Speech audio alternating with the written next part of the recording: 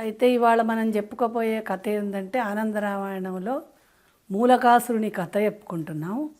అతన్ని మూలకాసురుడు అంటారు, భ్రమరకాసురుడు అని కూడా అంటారు. జయ విజయులకు 3 జన్మల శాపం వచ్చింది. ఒక జన్మలో హిరణ్యాక్ష హిరణ్యకశిపులు, 2వ జన్మలో రావణ కుంభకర్ణులు, 3వ జన్మలో శిశుపాల దంతవక్రులుగా పుట్టారు. అయితే ఈ రావణ కుంభకర్ణులుగా పుట్టినప్పుడు రావణాసురుడు మంచి జ్యోతిష పండితుడు, జ్యోతిషంలో చాలా గొప్పవాడు, అన్నిట్లలో పాండిత్యమే. కాకపోతే రావణాసురునికి ఉన్న ఒకే ఒక బలహీనత, స్త్రీ బలహీనత. అలాంటి బలహీనతతోనే సీతమ్మ వారిని ఎత్తుకపోయినాడు. ఇలా చాలామంది వేల మంది భార్యలు ఉన్నారు ఆయనకు. కాకపోతే ఆయన తమ్ముడు కుంభకర్ణునికి కొడుకు పుట్టాడు. ఆ పిల్లడు కొడుకు పుట్టంగానే ఈ రావణాసురుడే పంచాంగం చూసుడు. మూలా నక్షత్రాన పుట్టాడు పోరడు, మన ఇంటి మూలవాసం పోతుంది, ఇంట్లో అందరు చనిపోతారు, ఎవరు బతికుంటారు, వీడిని తీసుకుపోయి అడవిలో వారేసి రమ్మన్నాడు. తీసుకుపోయి అడవిలో వారేశారు. అడవిలో వారేస్తే వరకు అక్కడ భ్రమరాలు అంటే తుమ్మెదలు తేనె వేసుకుంటూ వాడిని సాదేయి, అంటే ఆయుష్ ఉంటే అలా బతుకుతారన్నమాట. సాస్తే వాడు పెద్దాడైనాడు. ఇది మూలకాసురుడు పుట్టిన వేళా విశేషం. రావణాసురునికి సీతమ్మని ఎత్తుకురావాలి అనే దుర్బుద్ధి పుట్టింది. రావణుల యుద్ధం జరిగింది. మొత్తం రావణాసురుని వంశమే ఎవ్వరూ లేకుండా చనిపోయినారు. ఇక్కడ మూలకాసురుడు పెరిగి పెద్దాడైనాడు. వాడిని తుమ్మెదలు పెంచేయి కనుక భ్రమరకాసురుడు అని కూడా అంటారు. పెరిగి పెద్దవాడైన తర్వాత వాడిని జీవితం ఏంది, నేను ఎవరిని, ఏం కథ, ఇట్లాంటివి తెలుసుకున్నాడు. తెలుసుకొని తపస్సు చేశాడు. తపస్సు చేసి బ్రహ్మదేవుడు ప్రత్యక్షమైనాక మా వంశాన్ని నాశనం చేసినటువంటి సీతమ్మ వారిని అన్నాడు, నాకు ముందు మరణం లేకుండా వరం ఇమ్మన్నాడు. అనే వరకు బ్రహ్మదేవునికి కోపం వచ్చింది. నువ్వు ఏ సీతమ్మ వారిని అయితే తిట్టావో ఆ సీతమ్మ వారితోనే చేతులతోనే నువ్వు చచ్చిపోతావు అని చెప్పి మాయమైనాడు. ఇప్పుడు ఆ మూలకాసురుడు ఇక తన సైన్యాన్ని తీసుకొని అందరి మీదికి యుద్ధానికి వెళ్ళుడు మొదలుపెట్టాడు. ఫస్ట్ యుద్ధం ఎవరి మీదికి వెళ్ళాడంటే లంకకే వెళ్ళాడు, విభీషణుని మీదికి. ఎందుకంటే విభీషణుడు చేయంగానే కదా రావణ కుంభకర్ణుడు చచ్చిపోయినారు, విభీషణుడు చేయగానే కదా మొత్తం వంశమంతా పాడైంది.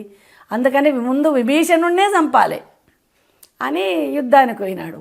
ఎంత యుద్ధం చేసినా కూడా విభీషణుడు, ఎంత కొడుకులు వాళ్ళందరూ ఎంత యుద్ధం చేసినా కూడా ఈ మూలకాసురుడు చచ్చిపోతలేడు.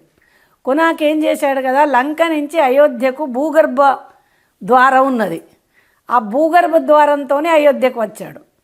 అయోధ్యకు వచ్చి రామచంద్రమూర్తికి చెప్పాడు, అయ్యా ఎవడోనట మా చిన్నన్న కుంభకర్ణుని కొడుకట, వీడు నా మీదికి యుద్ధానికి వచ్చాడు, నేనేం చేయాలి, ఇన్ని రోజుల నుంచి యుద్ధం చేస్తే వాడు చచ్చిపోతలేడు, మరి నీదే శరణం, నువ్విచ్చిన లంకనే నాకు అని చెప్పాడు. చెప్పే వరకు ఇక్కడ రామచంద్రమూర్తికి కూడా లవకుశులు కూడా పెరిగారు, ఇప్పుడు చాలా పెద్దాళ్ళు అయినారు.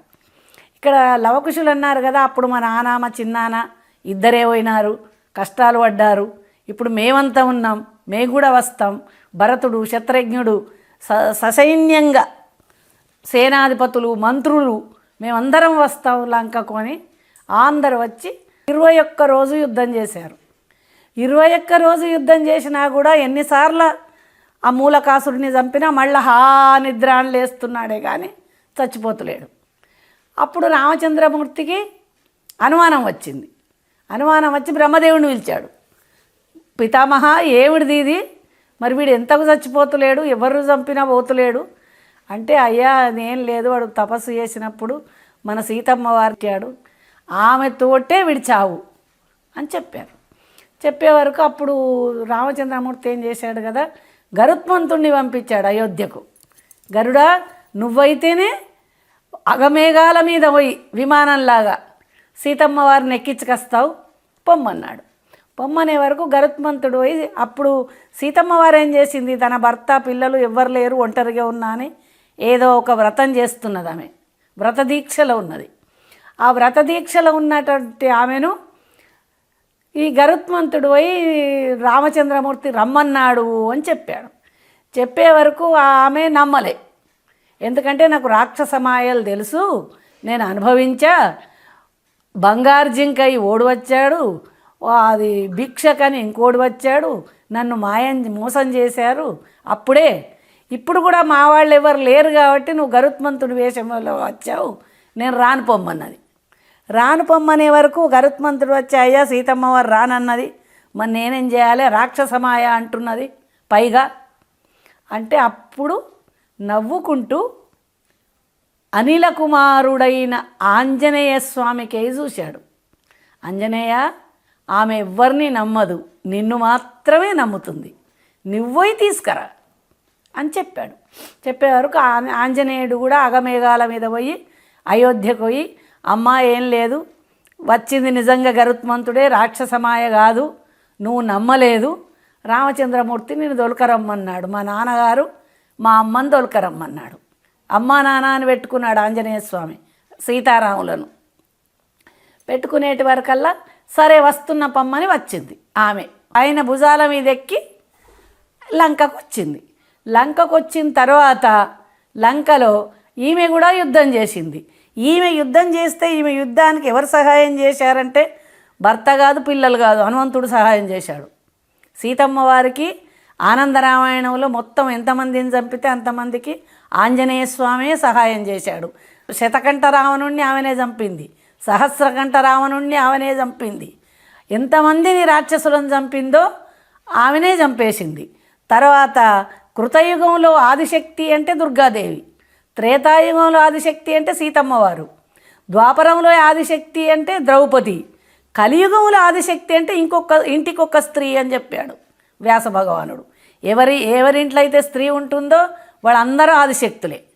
అటువంటిది ఆమె సీతమ్మ వారు ఏం చేసింది, భూమి మీద ఒక పెదవి, ఆకాశం మీద ఒక పెదవి పెట్టి మూలకాసురుణ్ణి మింగేసింది, మూలకాసురుణ్ణి చంపేసింది.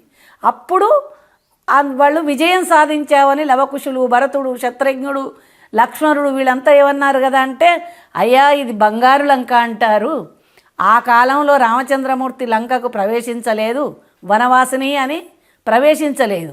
అదిగాక దశరథుడు 14 ఏళ్ళైనాక ఒక్క రోజైనా ఎక్కువ అయితే నేను చచ్చిపోతా అని చెప్పాడు, అందుకని వెళ్ళిపోయినాం. ఇప్పుడు లంక అంతా చూద్దాం, మన బంగారు లంక మనకు ఎక్కడ దొరుకుతుంది అని చెప్పి మన అది ఎక్స్కర్షన్ లాగా వీళ్ళందరూ పిల్లలు వీళ్ళు అంతా బంగారు లంక అంతా తిరిగి ఆ లంకలో విభీషణుని యొక్క ఆతిథ్యాన్ని స్వీకరించుకుంటూ విభీషణుని దగ్గర దాదాపు 1 నెల రోజులున్న తర్వాత అప్పుడు రామచంద్రమూర్తిని విభీషణుడు అడిగాడు, అయ్యా ఏం లేదు, ఇవాళ మూలకాసురుడు వచ్చాడు, రేపు ఇంకోడు వస్తాడు, రేపు ఇంకోడు వస్తాడు, రేపు ఇంకోడు వస్తాడు, నేను వీళ్ళందరితో యుద్ధం చేసుకుంటే కూర్చోవన్నా అంటే, లేదు విభీషణ, నీ లంకను సముద్రంలో ముంచుతా అన్నాడు. ఆ లంక నిజమైన లంకను రామచంద్రమూర్తి సముద్రంలో ముంచాడు. ఇప్పుడున్న శ్రీలంక సింహళ దేశము అంటారు.